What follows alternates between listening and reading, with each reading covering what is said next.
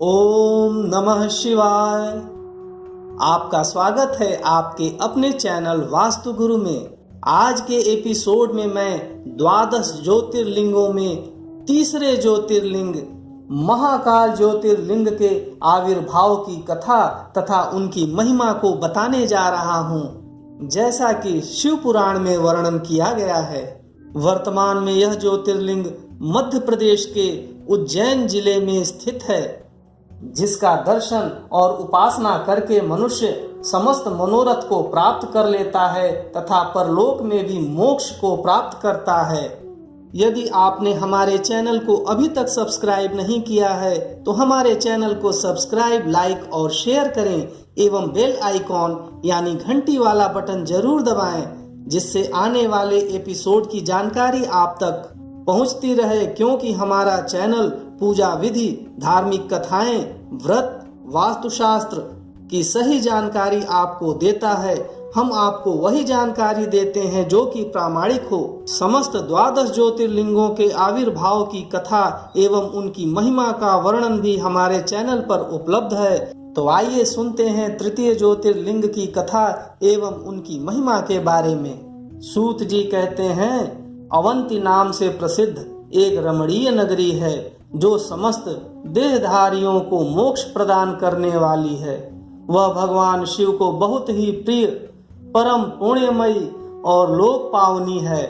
उस पुरी में एक श्रेष्ठ ब्राह्मण रहते थे जो शुभ कर्मपरायण, वेदों के स्वाध्याय में संलग्न तथा वैदिक कर्मों के अनुष्ठान में सदा तत्पर रहने वाले थे। वे घर में अग्नि की स्थापना करके प्रतिदिन अग्निहोत्र करते और शिव की पूजा में सदा तत्पर रहते थे। वे ब्राह्मण देवता प्रतिदिन पार्थिव शिवलिंग बनाकर उसकी पूजा करते थे। वेद प्रिय नामक वे ब्राह्मण देवता सम्यक ज्ञानार्जन में लगे रहते थे, इसलिए उन्होंने संपूर्ण कर्मों का फल पाकर वह सद्गति प्राप्त कर ली जो संतों को ही सुलभ होती है। उनके शिव पूजा परायण 4 तेजस्वी पुत्र थे जो माता पिता से सद्गुणों में कम नहीं थे।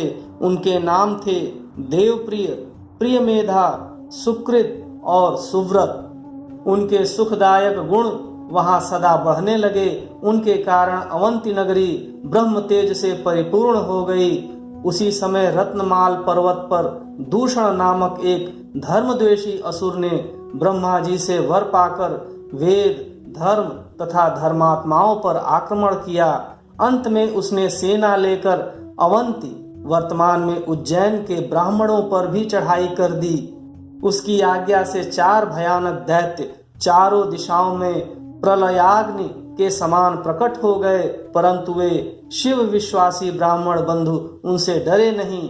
जब नगर के ब्राह्मण बहुत घबरा गए तब उन्होंने उनको आश्वासन देते हुए कहा, आप लोग भक्त वत्सल भगवान शंकर पर भरोसा रखें। यूं कहकर शिवलिंग का पूजन करके वे भगवान शिव का ध्यान करने लगे।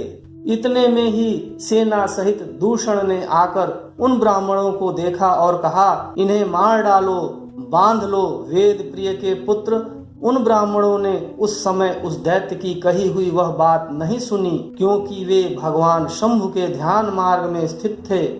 उस दुष्टात्मा दैत्य ने ज्यों ही उन ब्राह्मणों को मारने की इच्छा की, त्यों ही उनके द्वारा पूजित पार्थिव शिवलिंग के स्थान में बड़ी भारी आवाज के साथ एक गड्ढा प्रकट हो गया।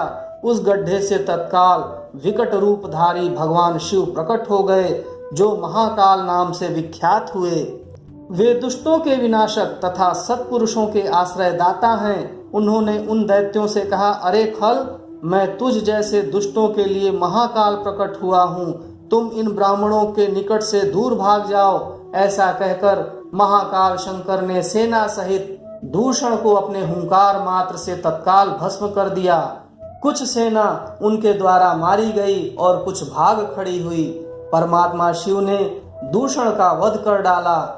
जैसे सूर्य को देखकर संपूर्ण अंधकार नष्ट हो जाता है, उसी प्रकार भगवान शिव को देखकर उसकी सारी सेना अदृश्य हो गई।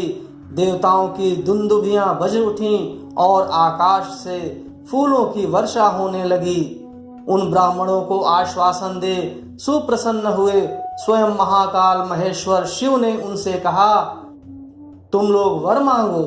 उनकी वह बात सुनकर वे ब्राह्मण हाथ जोड़ भक्ति भाव से भली भांति प्रणाम करके नतमस्तक हो बोले। द्विजों ने कहा, महाकाल महादेव, दुष्टों को दंड देने वाले प्रभो शंभो, आप हमें संसार सागर से मोक्ष प्रदान करें। शिव, आप जन साधारण की रक्षा के लिए सदा यहीं रहें।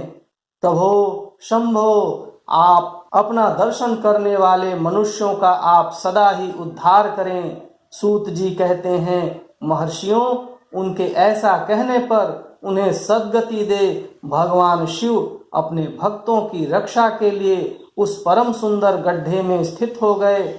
वे ब्राह्मण मोक्ष पा गए और वहां चारों ओर की एक एक कोस भूमि लिंग रूपी भगवान शिव का स्थल बन गई। वे शिव भूतल पर महाकालेश्वर के नाम से विख्यात हुए। ब्राह्मणों, उनका दर्शन करने से स्वप्न में भी कोई दुख नहीं होता। जिस जिस कामना को लेकर कोई उस लिंग की उपासना करता है वह अपना मनोरथ प्राप्त हो जाता है तथा परलोक में भी मोक्ष मिल जाता है।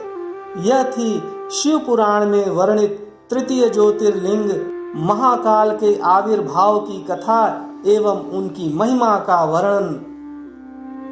ओम नमः शिवाय।